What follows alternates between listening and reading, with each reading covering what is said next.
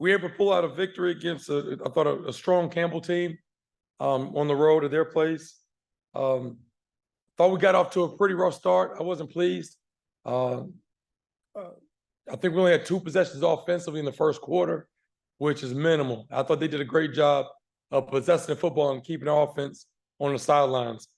Defensively, I thought we started out well as well. First half, we held them to, I believe it was negative 22 yards rushing. And then second half, second quarter offense picked it up and got rolling. We were up 28-0 going into the half. And then I believe kind of scoreboard watched a little bit. We tell our guys whether we're up, we're down, we don't watch the scoreboard. And I thought we came on in the second half a little flat. We didn't play as well as we had hoped. But it was a lot of good to come out of the game. Obviously, things we still need to improve on. I thought our defense did a good job, much better this week with our run fits. And I thought our defensive secondary played really well as well. We created 3 turnovers, and unfortunately didn't turn it into points. Offensively, we only had 3 points off of those turnovers. But it's good to play a very, very tough non-conference opponent at their place and be able to come home with the win.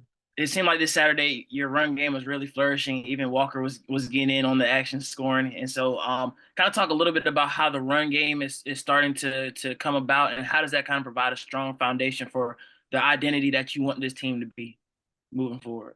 And we preach every week. You all hear me every week saying it starts up front with the offensive line. And I thought that Coach Williams and the offensive line have done a solid job all year. We gained over 200 yards rushing this past weekend, and bad part about it, I wasn't very pleased with the performance up front. We played well, but I thought we could have played so much better. And, I have really high expectations for our guys. And it's like I said, it's hard to have 200 yards rushing against a good football team, and the coach isn't really pleased. But I just thought it was a lot more out there a lot more yards that we could have gained, and a lot of more holes that we left out there. But it starts up front. I thought A.C. McMoore played a great game. Noah McKinney, again, had another solid performance. And we got a chance to play our second offensive line, and get those guys a lot of reps. But, we talk about the team speed and our firepower we have with our offensive skill positions. And, obviously, Jamari Taylor comes to play every week. And, Mosley, I got him one other day in the meeting. Mosley have a great game, and then he'll be down 2 weeks with a little illness. So it was good to see Mosley show back up. And, when he gets out, it's hard to catch him. Earlier this year, I know you were a little bit disappointed about the special teams performance, but I know this week, blocking the punt, returning a kick. And so kind of talk about what you saw from that performance from your standpoint, and what was the talk this week? I mean, last week going into the game, was there more like we really got to step up, or was it more of a natural that, I know you guys can do it, we just got to show it actually? Yeah, with special teams, we put a lot of emphasis on that. We spent a lot of time with our kicking game. And, you see with all that, like other areas, you've seen improvement with that. I think Caleb Robinson has done a phenomenal job being a freshman. He didn't hit it as well as we wanted to Saturday, but he's been getting a lot of depth on his kickoffs. And then Juan Velarde with his punting and field goal attempts, he's been solid as well. But I thought our coverage units did a really good job of, pinning them inside the 20 several times on our kickoff unit. Like you said, we did fake a punt and kept the chains moving to that. I thought that was a pivotal point in the game. They had gotten a stop, turned us over, and I thought they were about to get a little momentum. And I didn't want them to score, make it a 2-possession game. So we, faked the punt, converted there, and ended up scoring a touchdown. But then, Darrell Taylor with the punt return. And we were really in a defensive safe look. We were looking for a fake punt on their behalf. And guys did a great job of blocking, getting a hat on the hat. And, Darrell, being elusive that he is, was able to find the end zone. So it was really good to see that all those units have improved. Primarily our coverage teams have done a really, really good job. But like I said, we put a whole lot of time and emphasis on it, but it's good to see it pay off on Saturday. Yeah, and then just last question. Do you have an injury update on Quick? How's he doing? And then kind of what did you see there from that hit that he took? Well, he took a wicked hit on Saturday, and, it was scary shot because I think kind of got everybody's attention when he took the blow. But he was fine afterwards. We held him out just for protocol. He will be a game time decision this week, but he was fine yesterday, and I think he'll be ready to go. But we will wait to hear what the doctors say, and whatever they say goes. So, but he was doing fine yesterday at the meetings. Hey, Coach. Walker Harris, over the past couple of weeks, has played in some unique environments, whether it be NFL stadiums, on the road, against non-conference opponents. How have you seen him adapt and evolve as a leader of your offense?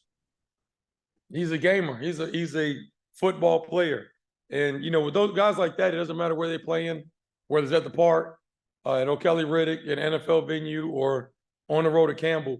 Football players are going to play and play well, and that's who Walker is. He's been very consistent, shows up to work every week, and he's a gamer.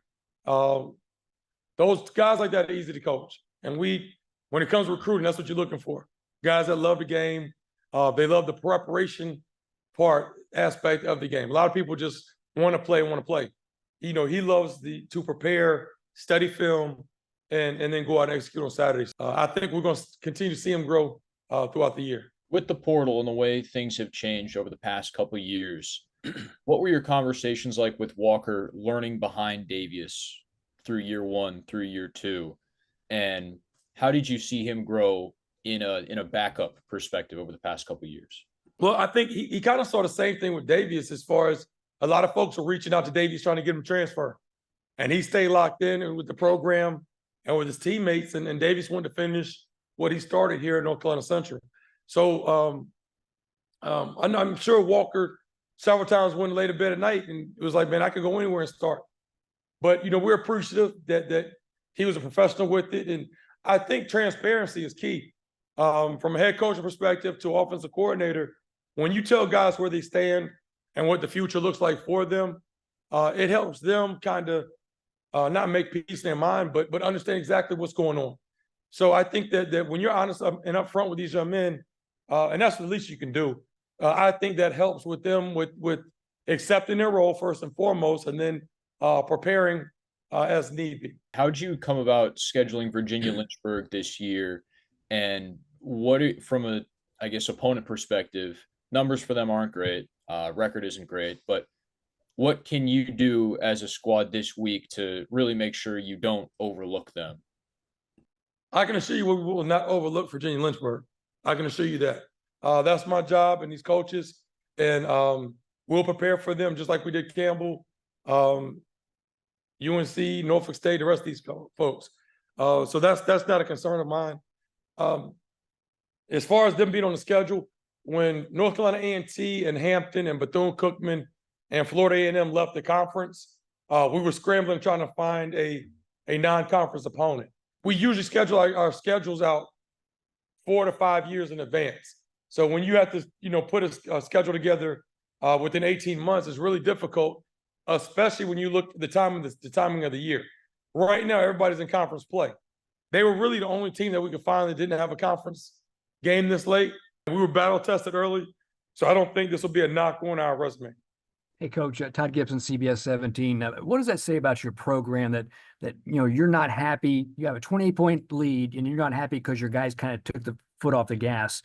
Is that how you build programs, and is that why you guys have been successful the past few years with attitudes like that? Well, that's just kind of my philosophy is, we practice to play at a certain standard. Now, I see the talent that we have in the building. As far as I don't care how young we are, we got some guys here that can flat out play. From the big guys up front to our skill positions. And when I see and I know that their ability, that's what we're striving for. I want to see that every week. I want the best. And there's no knock to Campbell. I think they have a good football team, good program. But regardless of the score, and I tell our guys, we're not going to watch the scoreboard. I don't care if we're up by 50 or down by 50. I want you to play as best you can play. And I don't think that we played to the best of our ability, especially in that second half. So, I'm happy for the guys and I'm happy for the program that we got a non-conference win from a tough conference team. But for me, I'm not satisfied until I get the best of these guys. And that's what it's all about. We want to get better and perform better every week. and we don't want to take our foot off the gas. You know, we want to play hard and play fast for 60 minutes. And you kind of touched on it. How important was it to get some of the younger guys in there, some meaningful reps on Saturday? There's nothing like getting guys game reps. I don't care how many reps they get in practice. Even if you want to put the guys, you know, a scout team guy or a backup guy, let them get reps with the ones in practice. There's nothing like those game reps. You don't have a coach out there whispering over your shoulder, telling you which way to go. They don't know they're pointing in front of us. It's not a teammate, you know, so it's an actual game rep, and it's going to get guys prepared. So although we can still redshirt guys after playing 4 games, we still want to get our freshmen let them play in as many games and get as many game reps as they can. So whenever we get up, we're going to play our young guys. You know, that's I think I'm the only one that's allowed to watch a scoreboard out there. So I'm trying to gauge, you know, is it too early to get some of these guys in? But, you know, they work hard. They're deserving of the playing time.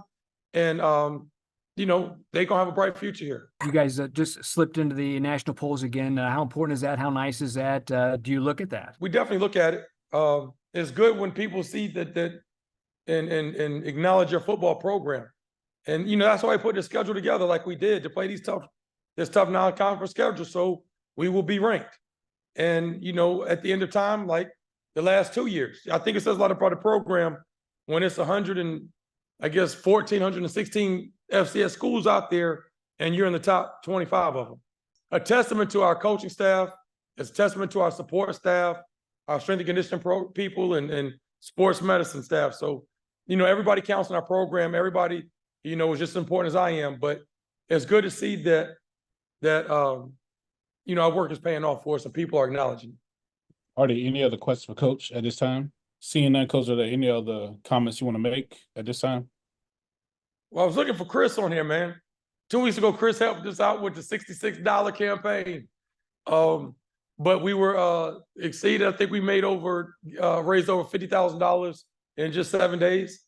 So a shout out to all the fans, all the donors, all the alumni that gave. We appreciate it. Maurice, we'll have to get us another campaign jumping off probably for homecoming, I guess, man. All right, we'd like to open up for member of media to ask AC any questions you might have at this time. Just use the raise your hand feature. Talk a little bit about, I know the run game is really starting to get going, and kind of talk a little bit about how that identity has come about, that your run game has been so solid. And then how fun is it to kind of, you know, be pushing people around and having, you know, the running backs being able to just fly right behind you guys? Like, how fun is it for you guys? It's an amazing experience. It all starts with preparation. Our offensive coaching staff has did a great job preparing us for these past schools we've played with looking at fronts, blitzes, pressures, everything they've ran. So nothing we came into game day was a surprise. And just playing online is just fun. You just get to move people for fun. Like you don't get in trouble for it. You just get hit people. And it's just a great way to play the game. Bet. I talked with Coach O, probably, I think it was after the Carolina game, and I was talking that I felt like that was a big step for you guys. I know the score got a little lopsided at the end, but I felt like that was something that you guys could kind of lean on, that like, hey, you know, we actually could do this against bigger guys. Am I right about that? Do you feel the same kind of way that was kind of the turning point for you guys, that, you know, we really can do this. We can hang with the best of them? We don't like to treat any opponent any differently, but it definitely was a step up and a test of our character to see how we could play against Power 5 schools such as UNC Chapel Hill. You know, just what are your goals for the season? Well, my goal every day is to be better than I was the day before. So whether it's getting better at pulling, reading pressures, reading safety alignment, just getting better at one thing a day. And I think that'll take me wherever I want to go in life. Jamar has really been getting it going this year. I know last year you had him and Mookie in the backfield. What's it like blocking for those guys? Are they similar? Are they different? How do they compare and contrast? They have their differences. Jamar's a little bit more elusive. He's more of a get-around-you type of guy. But they're both great running backs. And I just know as long as we do our job up front, they're going to find a way to make us look right. You've got a pretty long-standing relationship with Coach Williams, right? First in high school, now here at North Carolina Central. How honest can you guys be with each other? What's your relationship like in practice or on the sideline? Having Coach Williams since my high school coach, it definitely built a stronger relationship. I feel more confident in asking questions and telling him things that I've learned and things that I might need help with. I just feel like it's we really have a tighter connection, and it helps me be the best person I can be. Quantez had a pretty great game last week. What's it like going up against him and your D line, which is one of the best in the MEAC every week in practice? So I know if I can block them Tuesday through Friday, then Saturday is just a normal day for me. I'm so grateful to have such a D line that I practice with every day to prepare me for these tougher opponents that we play down the road. Who was the toughest to block in practice, if you had to say? I'd have to give it to Tez. I can have a great practice, but good on good at the end. He gonna find a way to get me at least 1 to 2 times. So, and I need that. So I'm really grateful for that. I would say Tez. Well, iron sharpens iron. Thank you, AC. Appreciate it. How was the tough schedule that you guys have had to this point in the season? How do you feel that's going to prepare you guys as you head more towards the MEAC here in the next few weeks? It really has been good preparation, seeing bigger and stronger opponents, finding ways to how to win. So I definitely like the schedule we've had so far. And Coach was talking about how he's kind of disappointed with you guys having a 28-point lead, and then you kind of took your foot off the gas. I mean, how hard is it to keep your foot on the gas when you got a lead like that? And what does it take to keep you guys motivated to keep pushing forward in situations like that? Just like our coaching staff always preaches us, don't scoreboard watch. If something good happens, keep playing. If something bad happens, keep playing. We live by that. So when we're up 28 or down 28, our goal is to just play, just keep playing, play to the best of our ability. I just think as an offense mainly, but as a team, we do a really good job of that. At times we do fall short of playing at our best. I think it's just about just keep playing. Just don't worry about the scoreboard. Don't worry about the environment. You just want to keep playing to the best of your ability. What's good, Tez? How you doing today? Good, how are you? I'm good. Kind of talk a little bit about your performance. It seemed like every time, you looked up, you were in the backfield making a play. What went right for you this week? What did you see from yourself out of practice starting, Tuesday that kind of led you to be ready for this past Saturday? So yeah, practice is always practice, man. When we go out there, we prepare like we're playing the game. Our coaches like to say we practice hard so the game will be easy. So all the looks I got on Saturday, all the pass sets I got, I seen it already, so I knew how to react. We as a defense, we all knew how to react. So in pass rush, it's kind of like a chess match, man. Last week against Norfolk, I didn't have any sacks. I had a few pressures, but this week everything hit how it's supposed to hit. We played good as a defense, and I got a few good stats. I know you kind of the senior, the older man on the group. How have you seen this group kind of gel? I know you've been with a couple of your D-linemen, your linebackers for a little minute now. So how have you seen this group gel and kind of build from, a couple years ago to now to what this product is, where you guys are pretty much ready for everything? It's been a sight to see, man. Cole Jones, Max Urine, JT, all them guys up front, Chris. We've been playing together since 2021. We came in together. It's been gelling really well, man. We're all doing our thing. Saturday, everybody made a lot of plays, man. Up front, D-line. If I didn't get a couple sacks, somebody right behind me going to get the sack right after me. So we were just all playing well together. Max always has a good game. That's the quarterback of the defense right there. Max is that guy. Cole Jones doing his thing. So yeah, it's been a sight to see, man. And then I'm gonna ask you the same thing, man. What's been your goals for this personal season, and then moving forward, how do you want to, attack your goals? What are you trying to get better at personally? Personal goals for the season, man. Just gotta finish strong, get 1% better every week. That starts in practice though, man. So I've been trying to step it up in practice every week. Keep going, keep getting better.